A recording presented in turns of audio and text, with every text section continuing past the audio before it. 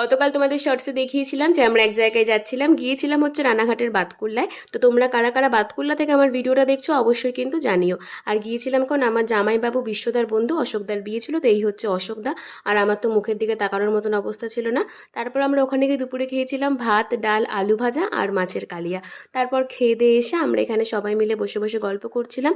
আর আমি খাচ্ছিলাম ওষুধ, যেহেতু আমার এতটাই শরীর খারাপ ছিল আমাকে ওষুধ নিয়ে যেতে হয়েছিল।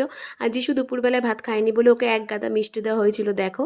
তো তারপর আমি করছিলাম মেকআপ, আর আমি ফার্স্ট আয়না ছাড়া মেকআপ করেছিলাম। আর এই হচ্ছে বড় বউ। আর রাত্রিবেলায় খেতে বসে আমার দিদির এতই ঘুম পাচ্ছিল যে ওইখানে হাই তুলছিল।